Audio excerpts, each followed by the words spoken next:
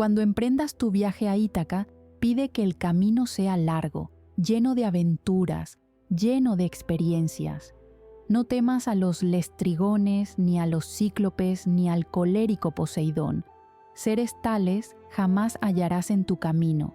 Si tu pensar es elevado, si selecta es la emoción que toca tu espíritu y tu cuerpo. Ni a los lestrigones, ni a los cíclopes, ni al salvaje Poseidón encontrarás, si no los llevas dentro de tu alma, si no los yergue tu alma ante ti. Pide que el camino sea largo, que muchas sean las mañanas de verano en que llegues, con qué placer y alegría, a puertos nunca vistos antes. Detente en los emporios de Fenicia y hazte con hermosas mercancías, nácar y coral, ámbar y ébano, y toda suerte de perfumes sensuales, cuantos más abundantes perfumes sensuales puedas. Ve a muchas ciudades egipcias a aprender de sus sabios. Ten siempre a Ítaca en tu mente.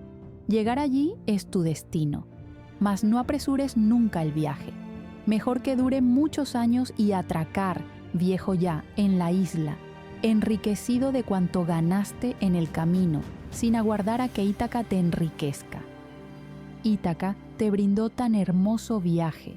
Sin ella no habrías emprendido el camino, pero no tiene ya nada que darte. Aunque la halles pobre, Ítaca no te ha engañado. Así, sabio como te has vuelto, con tanta experiencia entenderás ya qué significan las Ítacas. Cavafis. El sonido de las gaviotas se colaba por su ventana como cada día, sacándola del profundo sueño en el que solía caer pasadas las 5 de la mañana, después de pelear con el insomnio durante horas. Sus ritmos circadianos estaban bastante alterados, y por mucho que intentara cansarse, sus ojos se negaban a cerrarse cuando se metía en la cama. Tal vez debería odiar a esas malditas gaviotas, pero, a pesar del ruido, se sentía acompañada por su presencia.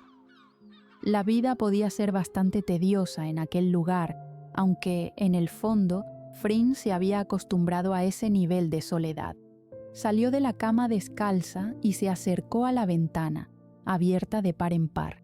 El sonido del mar chocando contra las rocas era tan familiar para ella que apenas lo percibía, como si formara parte de su propio ser. El día era claro, y poco o nada quedaba ya de los bancos de niebla que se posaban sobre el mar al amanecer. Inspiró profundamente mientras estiraba sus brazos hacia el techo. Le dolía un poco la espalda. «Te estás haciendo mayor», se dijo con una media sonrisa triste mientras recorría la línea de las olas con la mirada. El pequeño barco pintado de azul varado en la orilla captó su atención. Suspiró. No estaba de humor para entablar una conversación mañanera, pero sabía de sobra que debía bajar al encuentro del chico que estaba tumbado en la arena. «Has venido temprano, Hen», dijo Frín, alcanzando la playa. «¿Has leído este libro?», contestó el chico. «Si lo has cogido de mi biblioteca, sí». «¿Los has leído todos?», preguntó. «Efectivamente. ¿Quieres que te traiga libros nuevos?». «Sería un bonito detalle», suspiró Frín. «Pero bueno, suficiente haces con traerme la comida.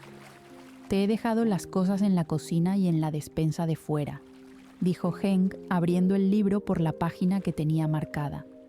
«Cuando emprendas tu viaje a Ítaca, pide que el camino sea largo, lleno de aventuras». «No hace falta que me leas a Cavafis tan temprano, créeme», lo interrumpió. «Pero es un poema maravilloso». «Sí, ya, no es tan genial cuando ya vives en Ítaca». «Esto no es Ítaca, Frín», resopló Henk. «Eso lo dices porque eres tú el que tiene un barco», concluyó. A Henk le extrañó aquella respuesta. Frín no era alguien que se quejara de su situación a la ligera. «Veo que no estamos de humor, ¿eh? ¿Te ocurre algo?», preguntó el chico, cerrando de nuevo el libro. No, nada, dijo Frin, cruzando los brazos sobre su pecho. No estoy durmiendo bien últimamente. ¿Has probado a hacer ejercicio? ¿Te refieres a ese absurdo conjunto de estiramientos que me recomendaste? Preferiría tirarme al agua, dijo poniendo los ojos en blanco. Vaya, sí que debes de odiarlos. Frin volvió a suspirar, dejando que su mirada se perdiera en el horizonte. Llevaba varios meses con una inquietud que le helaba el estómago, como si su cuerpo, que había vivido tanto tiempo en aquel letargo autoimpuesto, de pronto hubiera comenzado a necesitar algo o a alguien, y aquello no le venía precisamente bien, dada su situación. ¿Alguna novedad interesante en el pueblo?, preguntó la chica, intentando distraer sus pensamientos. Nada relevante. Están con los preparativos del centenario, así que probablemente se llene de gente este verano. Genial, murmuró Frin. Maravilloso. Ya sabes que nadie va a venir hasta aquí. Lo sé. Eso también era parte del problema. ¿Seguro que estás bien, Frin? ¿Eh? Nada, déjalo, dijo el chico mientras se levantaba, sacudiéndose la arena del pantalón. Yo ya tengo que volver. Con tanto turista tengo mucho trabajo estos días. Gracias, Gen. Y puedes quedarte el libro si quieres. Me lo sé de memoria, dijo Frin, alejándose de la playa. El chico hizo un gesto de agradecimiento y se subió al pequeño barco blanco y azul.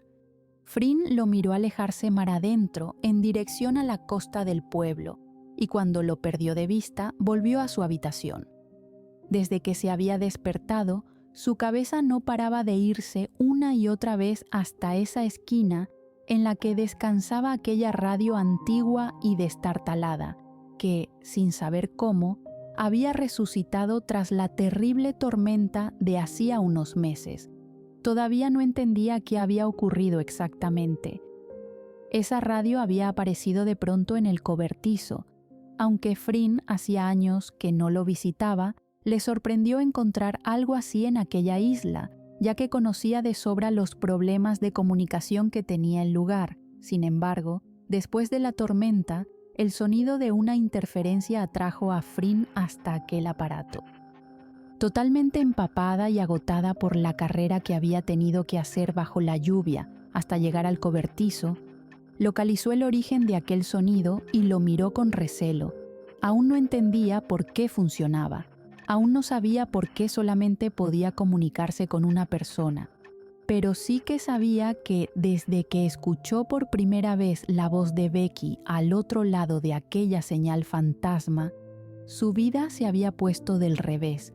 Y eso era algo para lo que no estaba preparada después de muchos años aprendiendo a mantenerla en pie. Agarró el comunicador y lo miró fijamente. Lo único que deseaba era volver a hablar con aquella desconocida. Estaba jugando con fuego, pero ¿realmente tenía algo que perder? Cogió aire y se acercó hasta el gran ventanal con vistas al mar. ¿Becky? Cerró los ojos durante los segundos que duró el silencio al otro lado. «Estoy aquí». Frin sonrió, y la voz de Becky resonó llenando la habitación, bajando la escalera infinita de caracol, saliendo a la playa y elevándose en círculos alrededor de aquel enorme y majestuoso faro que se erguía solitario en el centro de aquella isla. ¿Te dice algo el nombre de Ivar?, preguntó Becky cuando Nam arrancó el coche para llevarla a casa. ¿Ivar? ¿No es así como se llama el bar ese de pescadores que hay cruzando la carretera hasta el otro lado de la costa?, respondió Nam. No sé. La experta en bares aquí eres tú. He parado alguna vez por allí de camino a Punta del Mar. Alrededor de ese pueblo no hay mucha cosa, a decir verdad. Pero bueno, tiene su encanto. ¿Tiene un faro? ¿Tengo cara de guía de viajes? ¿Conoces el nombre de un bar en una carretera cualquiera, Nam? No me vengas con esas. La chica no pudo evitar reírse. Pues la última vez que pasé por allí creo que vi uno, respondió. Es lo que tienen los pueblos de costa. Bueno, nosotros somos de un pueblo de costa y no tenemos uno. Sí, pero porque colocaron esa luz infernal en un palo enorme después de que el acantilado se viniera abajo con aquella tormenta terrible de hace unos años. Esa que hubo un poco después de que te marcharas, si mal no recuerdo. ¿Y no pensaron en construir otro después de que aquello ocurriera?, preguntó Becky. Siempre le había gustado aquel faro. ¿Qué va? Supongo que prefieren gastar el dinero en otras cosas. Becky se mantuvo en silencio durante unos segundos, mirando por la ventanilla mientras admiraba la inmensidad del mar en el horizonte. De pronto, su mente viajó a su infancia en aquel pequeño pueblo, como si fuera un sueño envuelto en la bruma del mar, cuando los días de verano parecían infinitos y llenos de luz, y las risas resonaban entre las olas, perdiéndose en los acantilados. Cuando Nam y ella corrían descalzas por la arena caliente, con el viento despeinándolas, el sabor de la sal en los labios y las mejillas enrojecidas por el sol. Recordaba el despertar lento del pueblo, como si no hubieran llegado nunca a conocer la prisa de las grandes ciudades. Becky disfrutaba con el aroma de la masa recién horneada de la panadería cercana al puerto y del sonido de los pescadores preparando sus redes que la hacían imaginar cómo habría sido su padre en un día cualquiera de trabajo. Al atardecer, el cielo se teñía de naranja mientras el sol se desvanecía, hundiéndose en el agua. La playa se vaciaba lentamente, dejando un mapa de huellas que se perdían con el subir de la marea, borrando los rastros del día, y entonces Becky se sentaba en la arena, observando cómo las estrellas comenzaban a aparecer entre los tonos azulados del horizonte. Aquel era su momento favorito, el instante en el que el faro se encendía en aquel extremo alejado de la playa, mientras las gaviotas volaban bajo, mojando sus patas en el morir suave de las olas contra la orilla. Le gustaba mirar aquella luz rítmica girar y girar, esperando ser encontrada, como si pudiera sincronizarse con los latidos de su corazón.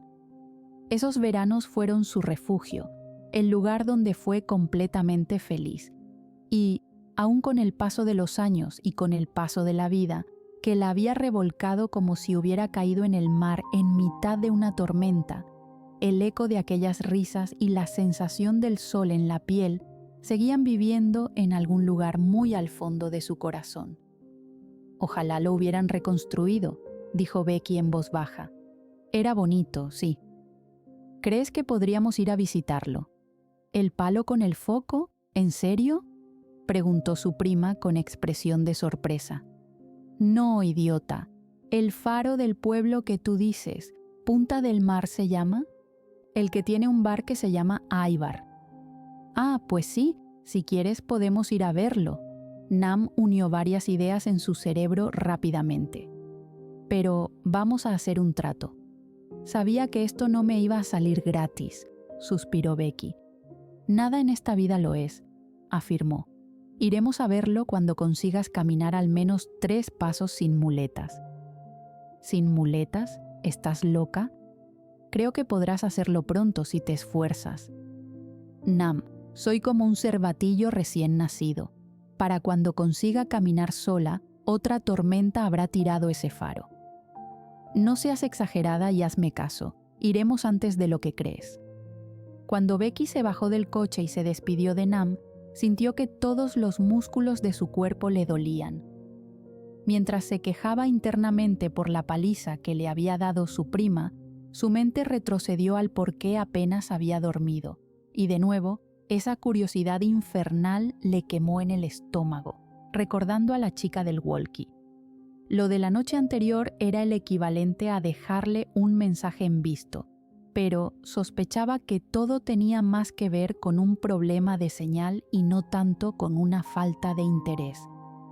La verdadera pregunta era por qué ella tenía tanto interés en hablar con lo que, muy posiblemente, era una alucinación recurrente y extraordinariamente bien conseguida por su cerebro, porque, aunque Becky fuera curiosa por naturaleza, no estaba tan loca como para no darse cuenta de que últimamente estaba oyendo y viendo cosas bastante extrañas. El trazo de la letra R del sobre, que discretamente se había guardado en el bolsillo de la chaqueta, se hundía bajo su tacto. No quería volver a mirar aquella foto y confirmar que, efectivamente, le faltaba un tornillo, pero solamente con rozar el papel se sentía mejor, de una manera absurda e irracional, pero mejor al fin y al cabo. Su madre no estaba en casa, así que Becky pensó que lo mejor sería ir a la playa. Al menos allí le daría el aire. Aún no había dado un paso cuando la idea de entrar y coger el walkie le cruzó la mente.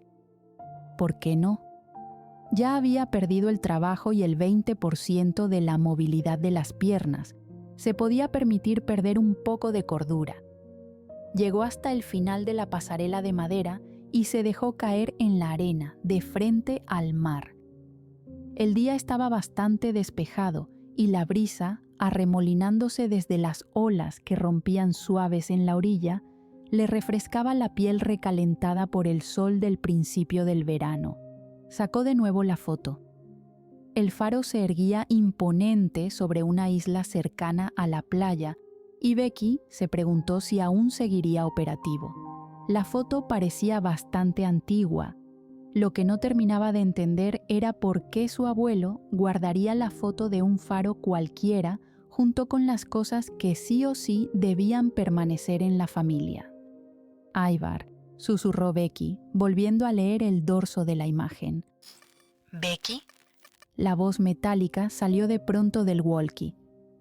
«Por Dios bendito», chilló, haciendo malabares con la foto y el sobre que habían salido volando de sus manos por el sobresalto. Cogió aire antes de pulsar el botón para hablar. «Estoy aquí», dijo, intentando parecer calmada. Perdona si te he asustado. No, tranquila, dijo intentando que no se le notara que casi sufre un infarto. ¿Te ocurrió algo anoche? Lo siento, sé que de pronto dejé de hablarte. Es que esta radio funciona cuando quiere. Bueno, al menos Becky no era la única con un transmisor fantasma en pésimas condiciones. ¿Te sientes mejor hoy? Preguntó. La verdad es que sí, hoy está siendo un buen día, después de todo. ¿Por algo en especial? Becky no sabía si contarle su situación era lo mejor. Al fin y al cabo, aquel producto de su imaginación no tenía por qué saber que casi se va al otro barrio por un derrumbe. Tal vez con su alucinación podría ser más como la Becky de antes. Ya había demasiada gente que sentía pena por la Becky de ahora, y por alguna extraña razón no quería que Frin también sintiera pena por su situación. He salido a correr por la playa esta mañana. Mentira, gran mentira, pero ¿era realmente mentir si el que escucha no existe? Me gusta ver el sol saliendo sobre el mar. Vaya, así que eres deportista. Te admiro. Yo solo correría para salvar mi vida. Y bueno, tampoco te lo puedo asegurar. Siempre he sido más de esconderme. Huir está sobrevalorado, ciertamente. Becky guardó silencio, asumiendo que finalmente había perdido la cabeza por estar disfrutando de una conversación consigo misma. Así que decidió tirar para adelante con todo. ¿Y tú, cómo estás?, se encontró preguntando. ¿Yo? Respondió Frin sorprendida. Bien, supongo. ¿Solo lo supones? Sí, bueno, a ver, no me pasa nada en particular, ni en general. Suspiró. Creo que eso resume bastante bien mi estado. ¿Aburrida? ¿De vivir? Rió por primera vez y aquel sonido contagió a Becky. Definitivamente. Podríamos formar un club. ¿Tú también estás aburrida de vivir? Podría decirse que sí, contestó mientras se pasaba las manos por sus piernas entumecidas y el malestar volvió a su estómago, haciendo que perdiera las ganas de continuar con la charla. debería volver a casa. Oh, ¿dónde estás? Preguntó Frin con curiosidad. Estoy en la playa, mirando las olas, contestó Becky en voz baja. Vaya, como yo entonces. ¿También vives en la costa?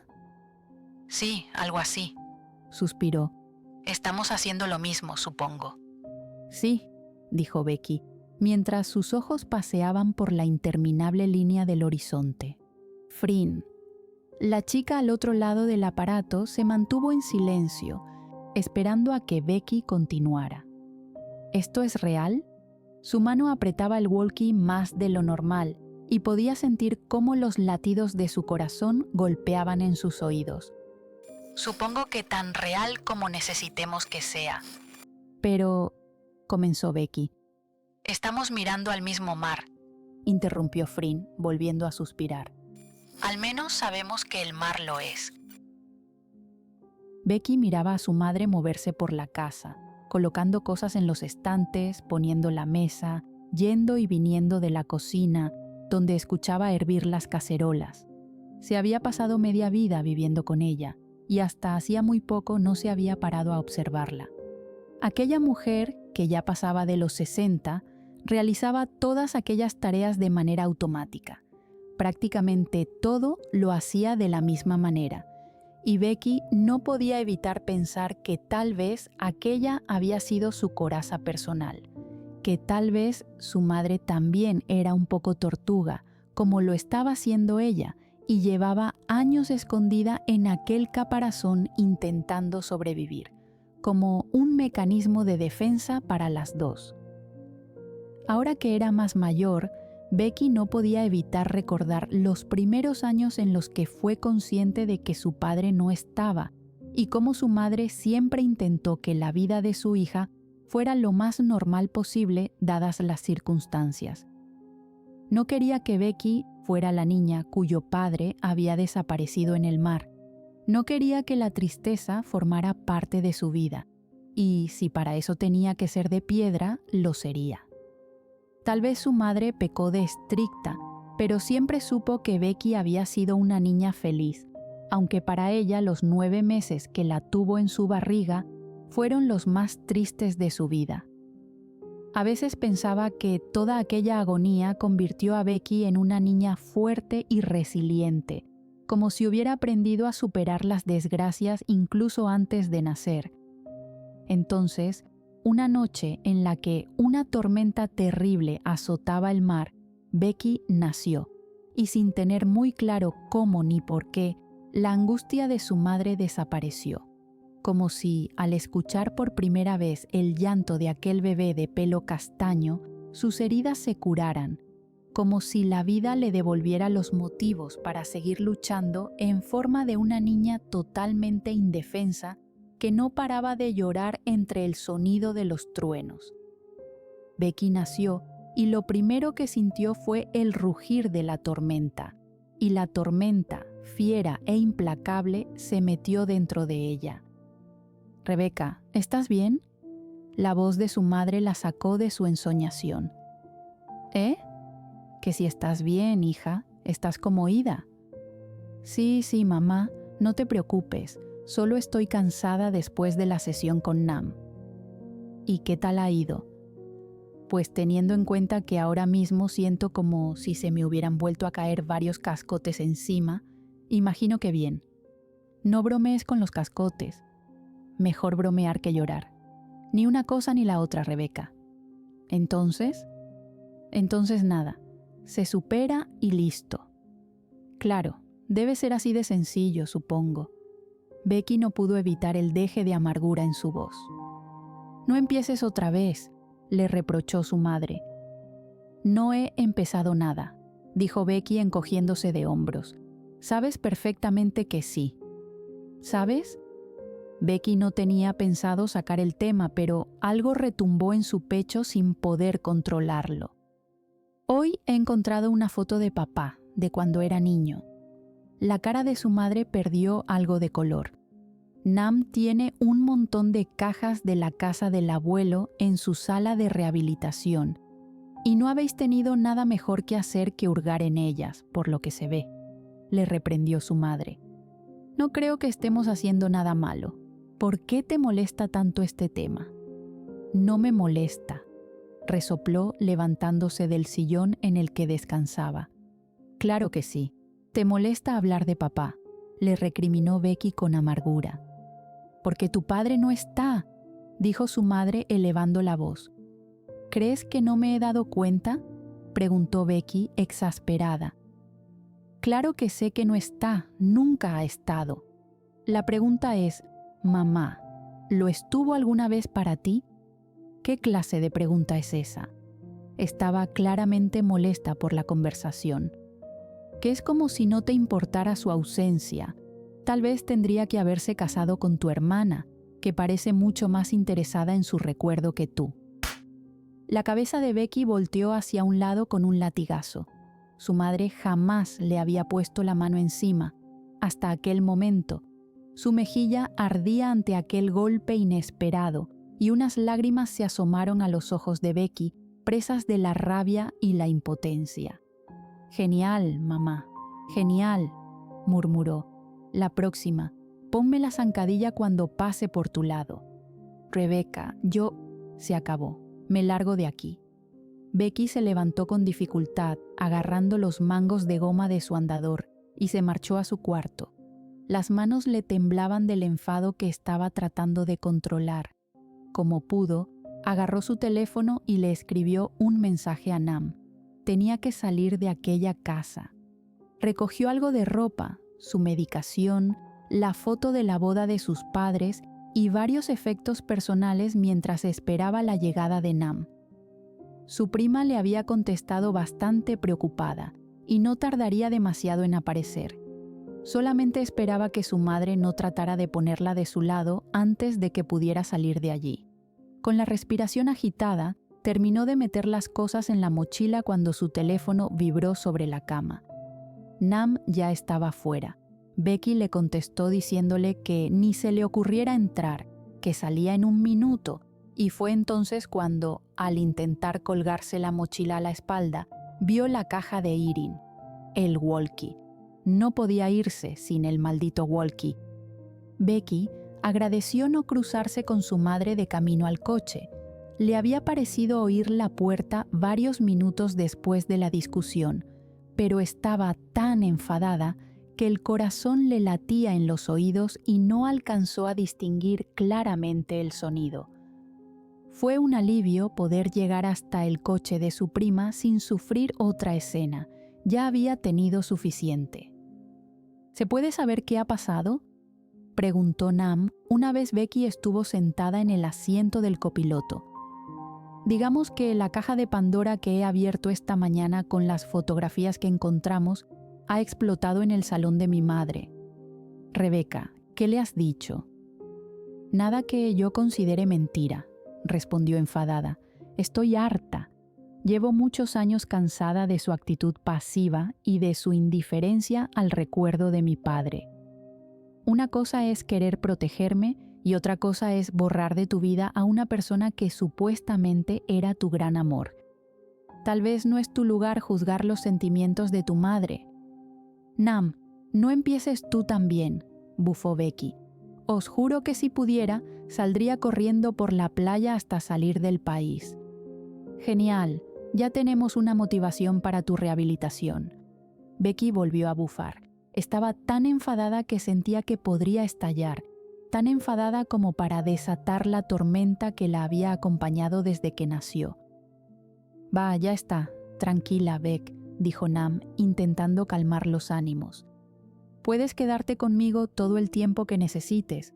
Además, creo que te vendrá muy bien para tu recuperación tenerme siendo una total y absoluta molestia con tus ejercicios. Genial, sí. Todos son ventajas. Totalmente. Nam rió ante el ceño fruncido y los brazos cruzados de Becky y suspiró mientras aparcaba el coche en la entrada de su casa. Vas a acabar echando de menos a tu madre, ya lo verás.